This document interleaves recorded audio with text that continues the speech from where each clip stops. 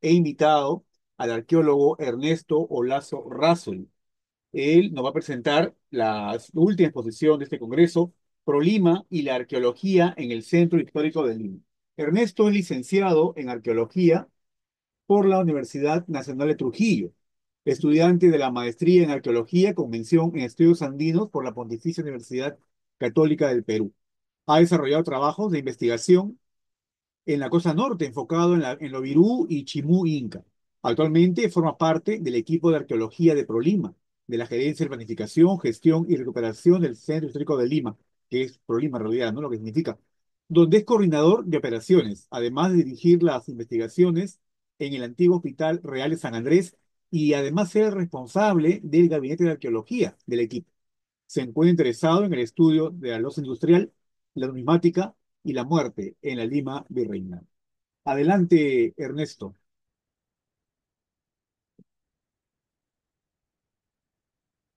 Hola David, hola a todos, muy buenas noches. Voy a prender mi cámara aunque se ve un poquito velada, pero es lo de menos porque poco me van a ver a mí y más a la presentación que voy a compartir en estos momentos.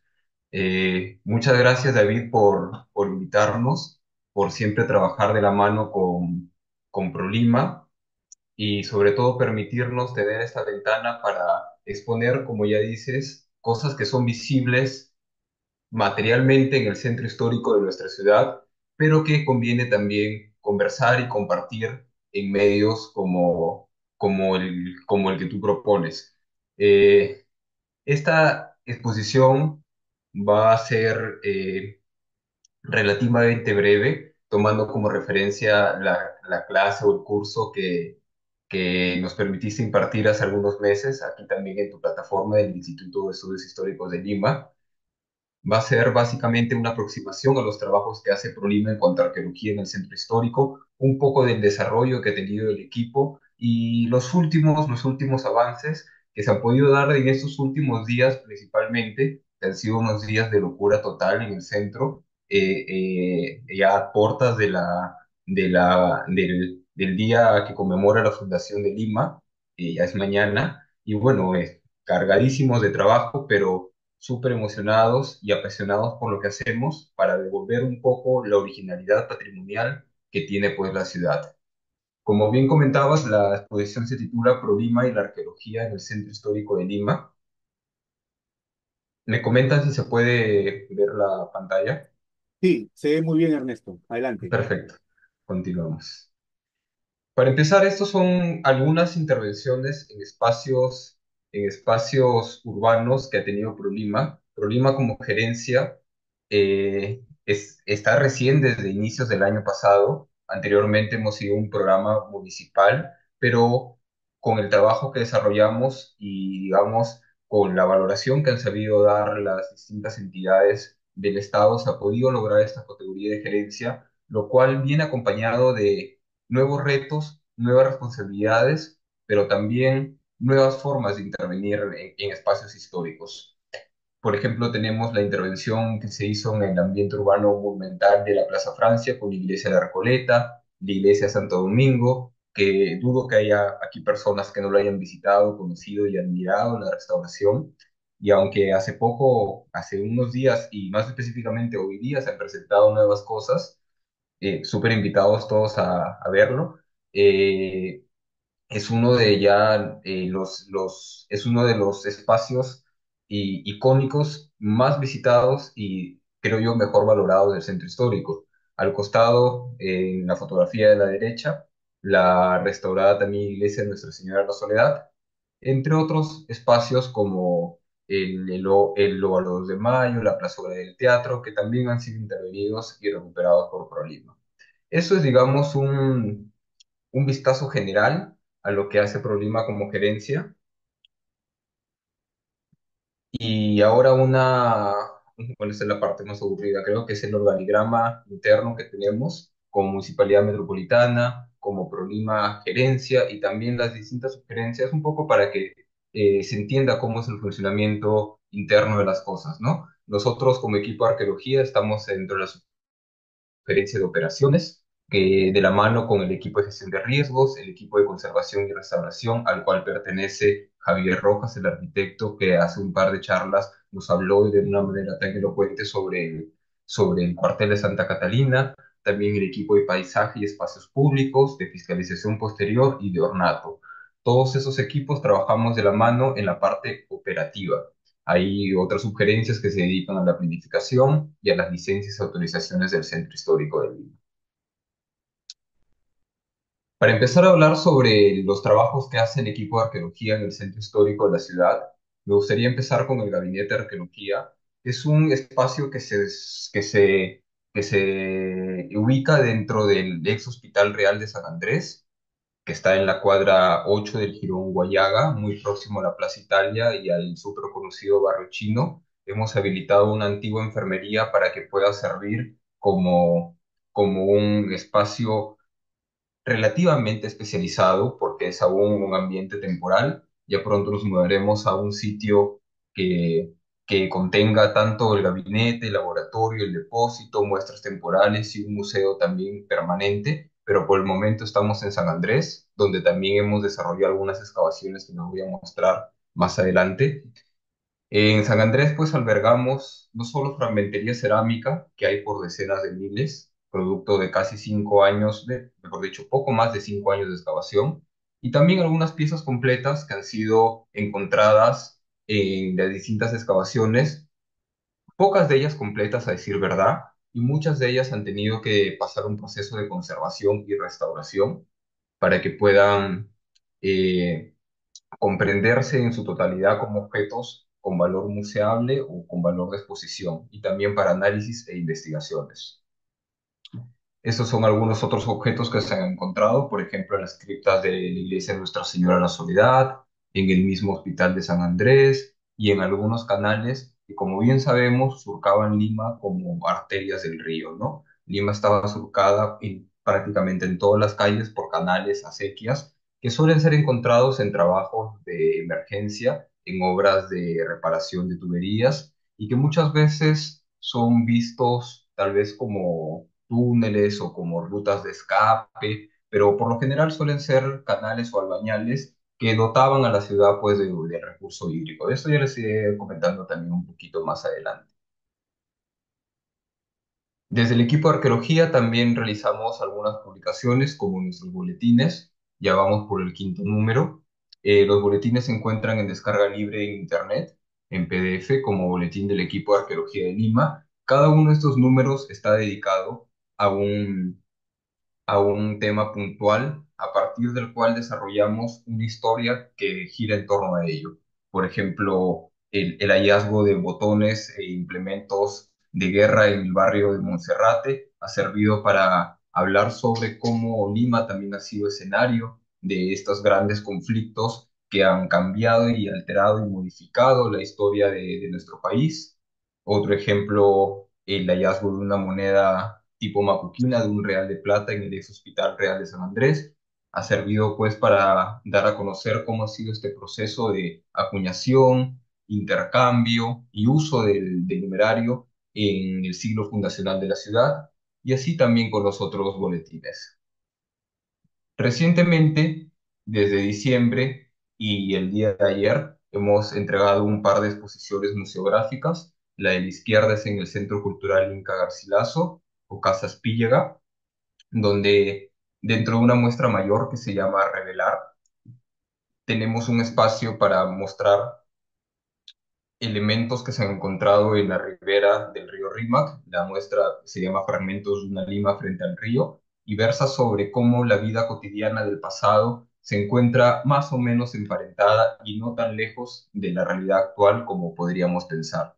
Mientras que por otro lado, en la casa Matavilela, perdón, en la casa Matavilela, Berkemeyer, que ha sido también casa del Museo Taurino y el año pasado la sede de la Casa DIT. Ahora es la Casa del Plan Maestro, un museo donde ProLima expone sus principales lineamientos, hallazgos y perspectivas. Tenemos también una sala dedicada a los azulejos y muy pronto también un espacio museográfico dedicado a hallazgos de metales, de objetos de metal. Ayer ha sido la presentación de esta casa, pero continuamos trabajando en ella y ya vi por ahí también que ha tenido muy buena recepción y acogida en redes. Ya vi también que ya se están agendando futuras visitas con David. Súper encantados nosotros de recibirlos, tal como lo hemos hecho en muchas ocasiones también en San Andrés.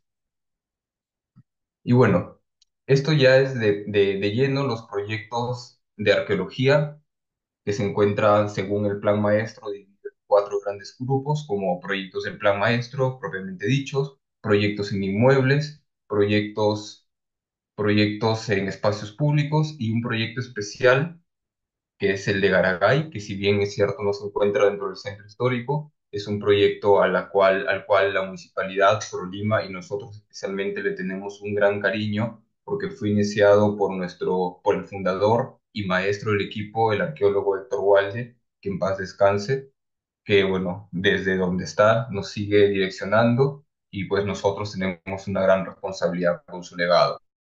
Los otros proyectos en amarillo son los que se encuentran vigentes, son proyectos enfocados en explorar diferentes temas como las murallas virreinales, los canales, la arquitectura civil, la arquitectura religiosa, en distintos ámbitos.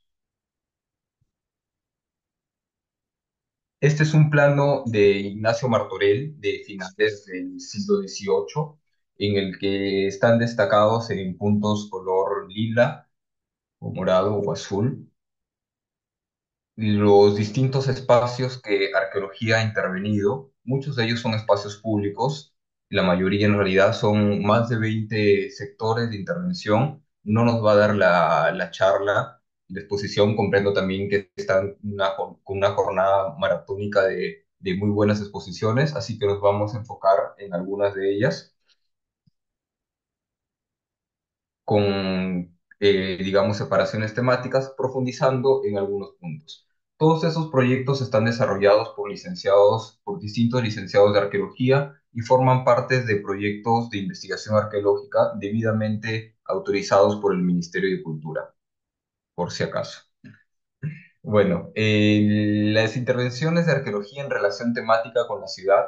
Primero, en tanto paisaje público, podemos ver en esta fotografía el barrio de Monserrate, que es un barrio tradicional que data desde la fundación misma de la ciudad, cuando el Damero se encontraba, digamos, flanqueado por dos grandes barrios, hacia el este, el de Barrios Altos, y un poco más allá, bueno, aún no se le denominaba así en esa época, un poco más allá el barrio de Santiago, bueno, la reducción indígena de Santiago del Cercado, y hacia el oeste el barrio de Monserrate, en el cual el proyecto arqueológico está enfocado en la identificación y puesta en valor de distintas redes hidráulicas que los surcaban y que alimentaban los molinos aledaños a la ribera. Dicho sea de paso, también en esta zona se ubicaba uno de los baluartes que formaban parte de la muralla virreinal.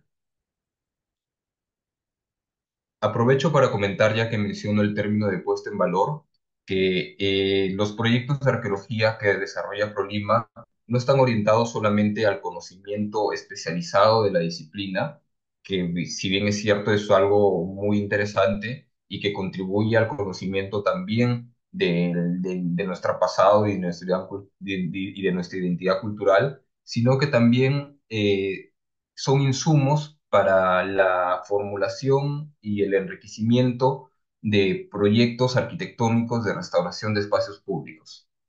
Y en este sentido cobra coherencia el Congreso de Arquitectura e Historia porque intervenimos en espacios arquitectónicos ahora desaparecidos, pero que vienen siendo revelados a través de los métodos de excavación y que indefectiblemente forman parte de la historia de Lima. Es decir, la arqueología es una disciplina que se hermana perfectamente tanto con la arquitectura como con la historia, contribuyendo con su propia narrativa a entender mejor el pasado.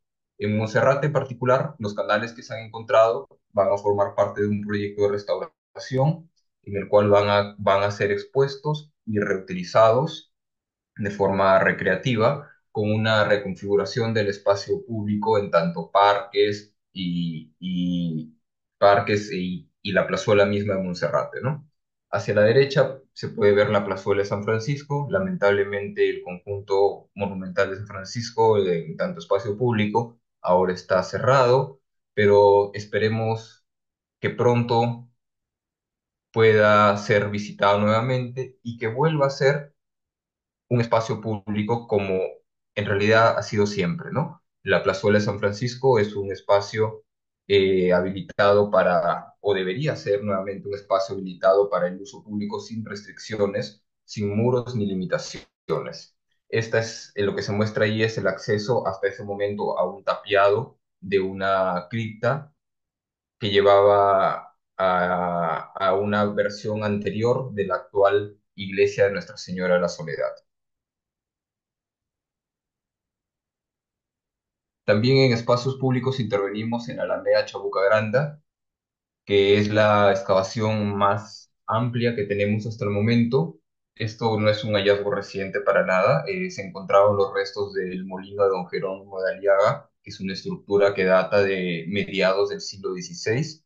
Es una de las no muchas evidencias arquitectónicas que encontramos del siglo fundacional de la ciudad, asociada también a un muy interesante e intrincado desarrollo arquitectónico. Podemos tener esta excavación como una ventana a los vestigios de un barrio virreinal ribereño, cosa que ahora ya no tenemos, y también que puede ser testigo del desarrollo que ha tenido la ciudad.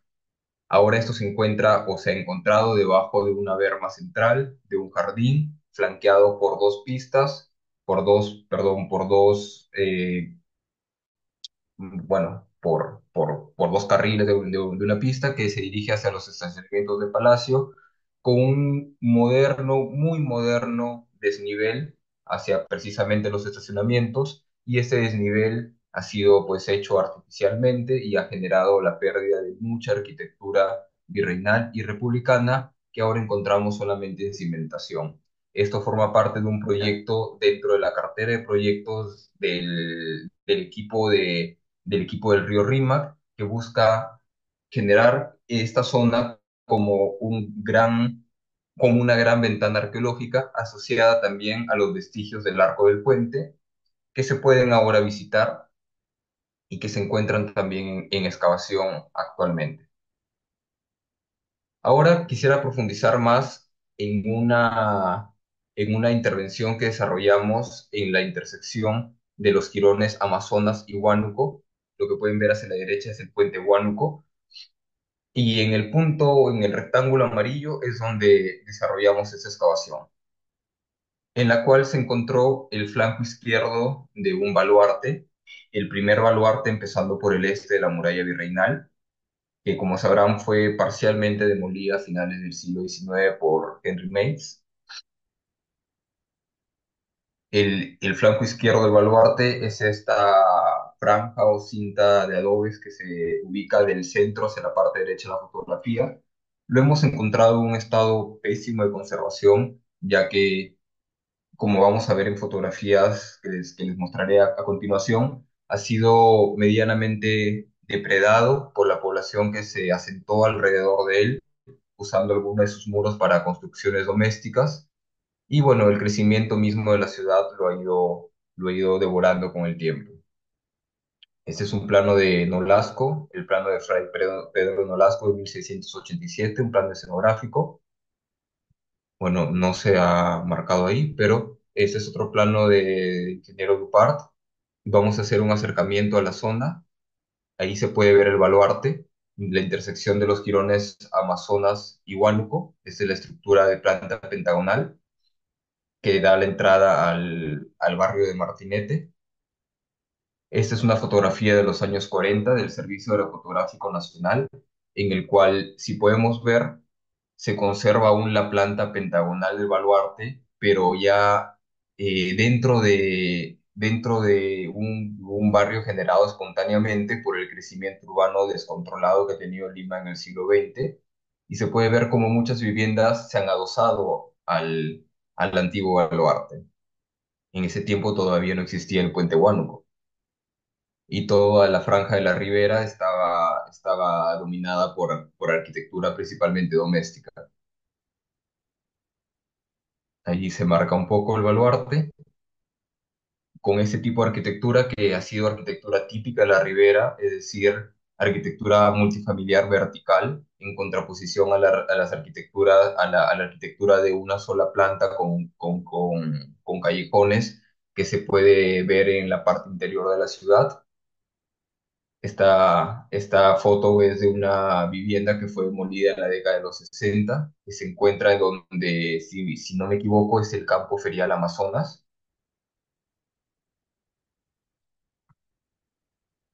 Y esta es una fotografía actual de Google Earth. A ver, regresemos a esta y aquí está. El flanco derecho del baluarte aún logra verse un poco dentro de viviendas y principalmente comercio chatarrero.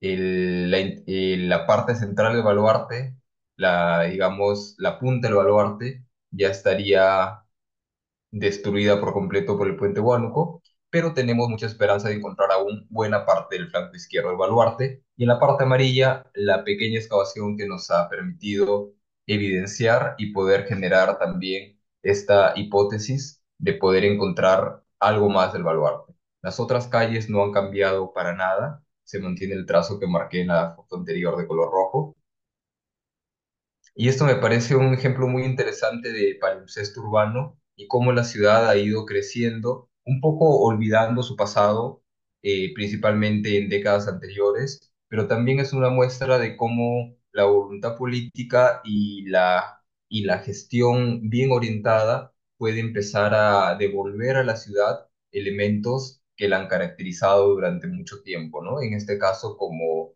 un baluarte de la muralla. Un segundo tema intervención es la relación entre lo sagrado y lo urbano, entre las estructuras religiosas y la ciudad. Hemos intervenido en algunas iglesias como en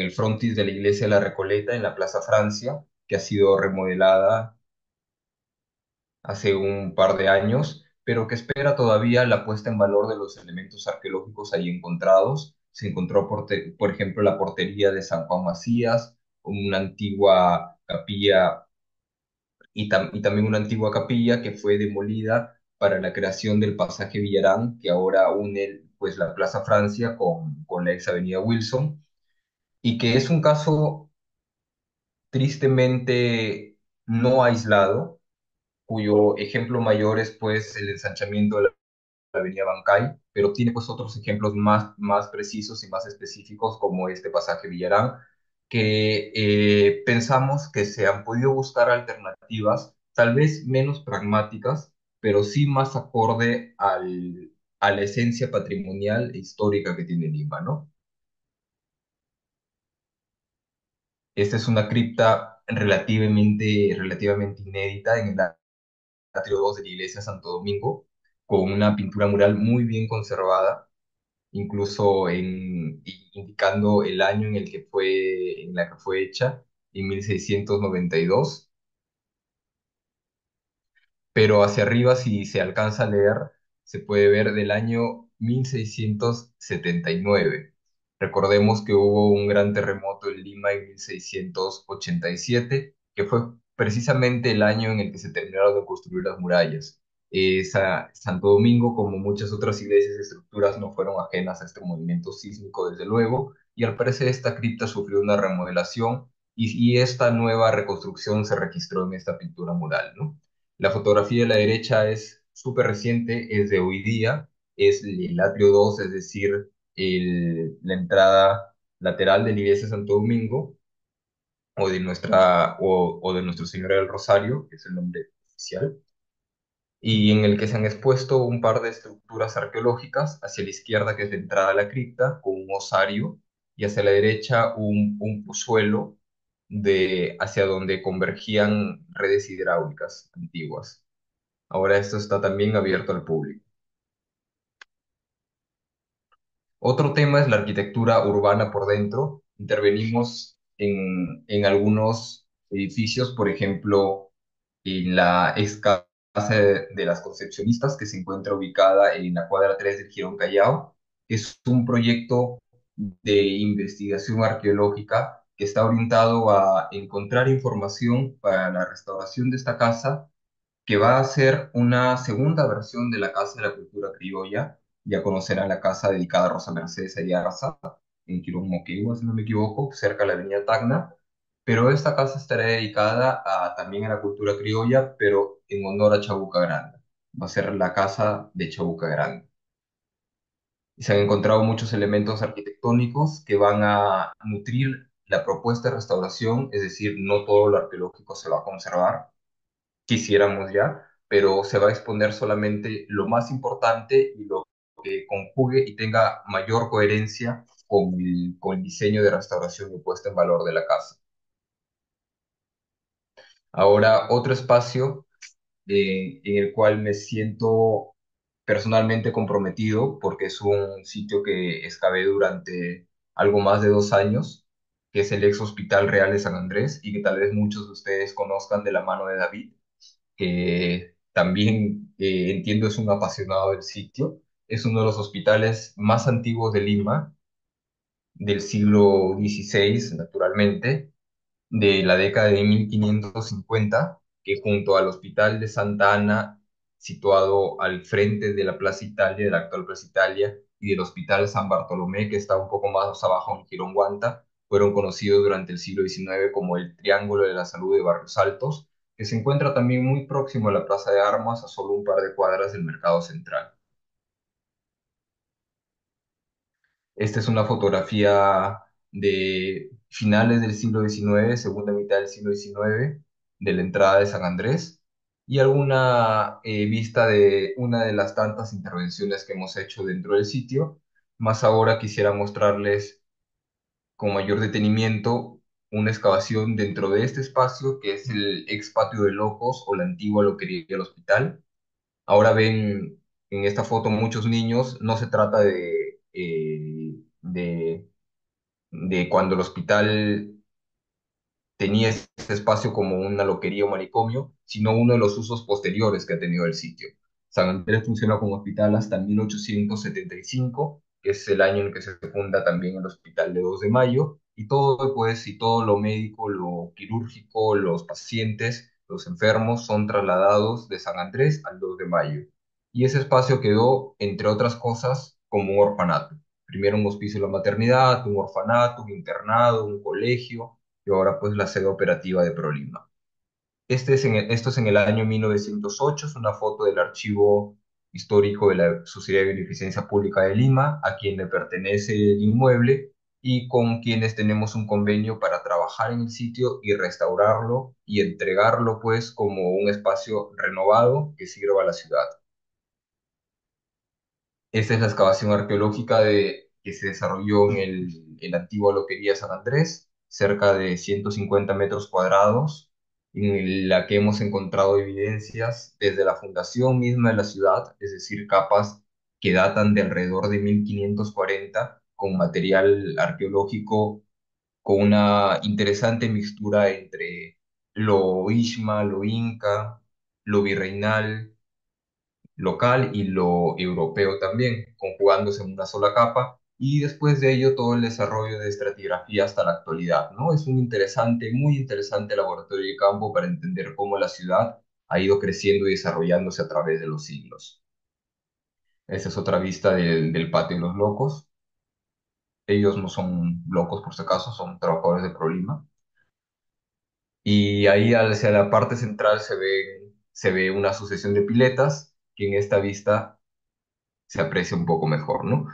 Hacia la derecha tenemos tres redes sanitarias de desfogue o de desagüe de la pileta, marcando tres momentos distintos que ha tenido a través del tiempo, desde la segunda mitad del siglo XVII hasta entrado el siglo XX.